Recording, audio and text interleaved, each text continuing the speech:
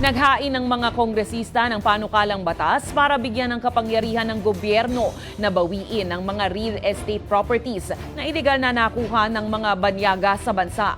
Batay sa House Bill No. 11043 o ang Civil Forfeiture Act na inihain ng mga lider ng House Quad Committee, ituturing na walang bisa ang anumang transfer o paglipat ng lupa sa mga banyagang hindi kwalipikado, maging ito'y natural o juridikal na makita ang lumalabag sa mga probisyon ng konstitusyon.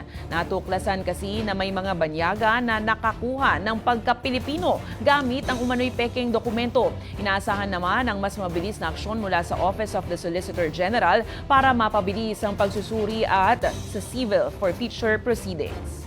Ito ay produkto ng investigasyon ng Quadcom, no, na kung saan na-discover natin na sa Pampanga ay marami libo-libong ektarya ng lupa ang binili at na-acquire nitong mga Chinese nationals na ang layunin siguro ay magtayo ng kanilang pogo o hindi kaya ay itong mga warehouse na sinasabi.